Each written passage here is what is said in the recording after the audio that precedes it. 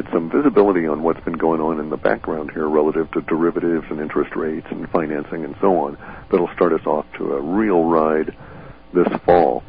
And in the midst of all of that, we have the food crises coming as the grain crops collapse due to climate change, and we have the shipment issues starting to collapse due to the dollar, et cetera, et cetera. And this will be pretty much global. It's during that period of time that I worry about nut jobs going crazy, like that fellow in North Korea, or the other nut job in Israel. That they just might decide, okay, the economies have crashed. We don't have to worry anymore. We can go about our business as violent nut jobs and unleash war on people. And other than that, and getting through the I like that. Other than that, the only thing we really have to worry about is what's going on with the sun these next couple of years, because even the scientists are out now. The ones that they've trot out to answer all the questions are coming out saying, we kind of misjudged the solar cycle by a factor of 20, and we just don't have a clue as to what's going to happen. And that's rather worrisome. None of the sunspots are showing up. We're into a drought of sunspots, which I understand from my idea of the big squeeze, that the way the sun would react if there was a giant magnetic field around it is very much the way that a plasma fusion ball reacts inside what's known as a tokamak, or a magnetic field of a particular kind of construction. And you can squeeze it, and in fact it becomes quiescent during that period of time because everything is like all jammed together and there's no room for movement. The really nasty time is when you release the magnetic field and allow it to go back to normal. It will have a tendency to overcompensate. And that appears to be 2011 to 2012 relative to how NASA is thinking about it. Again, I don't know why they would care about reducing the populace unless they were particularly afraid that, once they went into their bunkers, we might be too many of us up here and we might dig them out, something like that. But, or they couldn't come back out. But I don't think that their plan is to just stay in bunkers. That doesn't make any sense. That doesn't, but there's a ton, really huge amounts of linguistics to support that is one of their ideas of thinking. But it has to be a temporary, doesn't it? That's my understanding, that, after 37 days underground and removed from contact with the sun in all respects with enough dirt on you, menstruation stops for women, so it's not a multi-generational solution. Right. So at best, it's, you can only really stay there for a couple of years. You just can't provide the environment you need up here on the surface. So, on the other hand, it doesn't appear that they're aware of that, because the level of understanding I've got, and the reports are just huge. You see, for instance, that government contracts are let, and they're buying up all kinds of material and putting it in drums and trucking it off into caves. And so it's like, well, there doesn't really seem as though they're going to be too temporary. And the idea from the Norwegian politician, or was he Swedish, that said there's, I think he was Norwegian. He said there are tunnels and stuff, and half the population of Norway can go down there for multiple years. Yes. And indeed, you could probably last 4 or 5 years as a large populace, but by then you're going to start having debilitating changes, and you'd have to get back out. But again, that's maybe the whole logic, is that the effect of the sun on the planet in 2011, 2012 might be such that they don't plan on any of us being here to oppose them when they come back out. Then why start decimating the population now? Because they probably figure that there's from a war college, like a U.S. Army War College in Leavenworth, from that perspective of analysis, you would want to have the population so distracted and weak that they wouldn't have enough strength to hassle you before they were decimated. And you would have to go down there some period of time before the actual flare or whatever it is started, just so you'd have a layer of surety.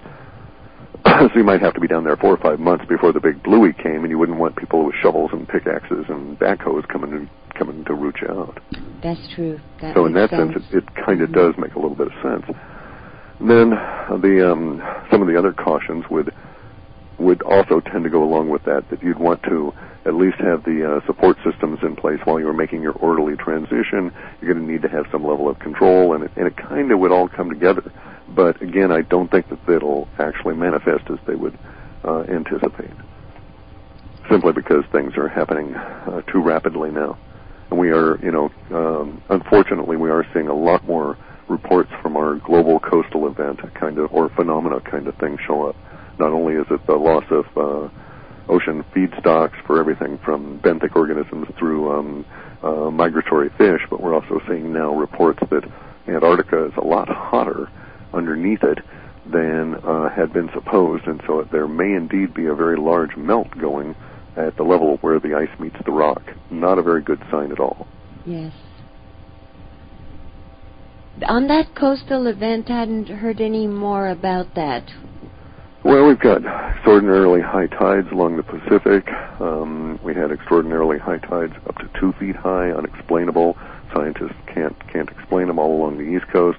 We've had strange high tides that noticed in the reports all up and down in Europe, from Scotland all the way down through Portugal and into the Mediterranean, and in some cases along the more exposed areas in the Atlantic Ocean. We've had 160 feet of beach erosion in the last year, and not due to storms, but simply due to tidal influences where the tide is just not retreated.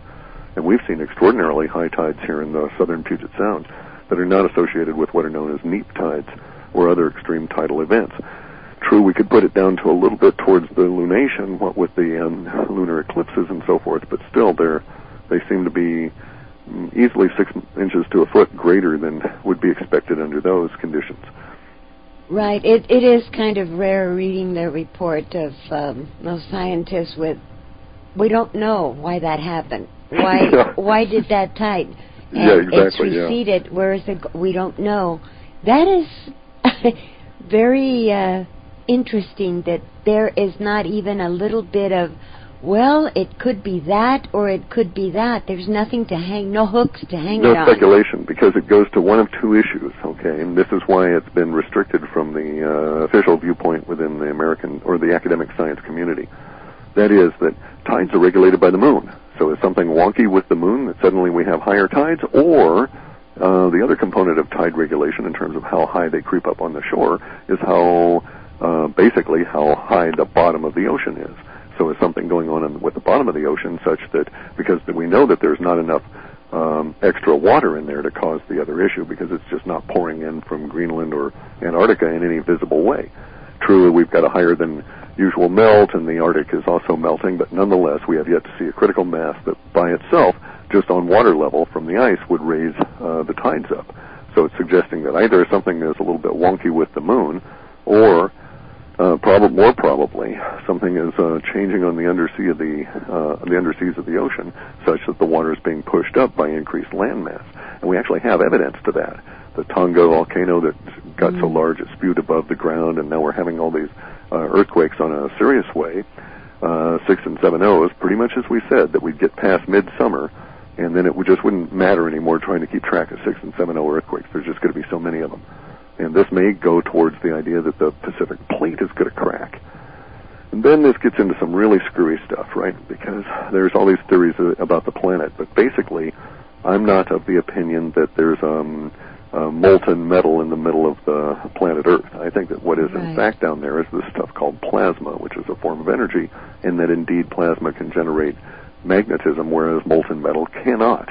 Once you get molten metal hot, it loses its ability to hold a magnet. And so a molten core, even spinning, even the friction, does not generate the kind of magnetic force that we see even now in our reduced state around our planet. So there's evidence that it could be plasma. If that's the case, then you would have to acknowledge that perhaps this is one of those issues of what's called the plasma expansion model, which is to say that matter literally comes into existence in the middle of the sun and in the middle of all the planets and so forth, and that Earth is in the process of growing. And that growth event is not going to be necessarily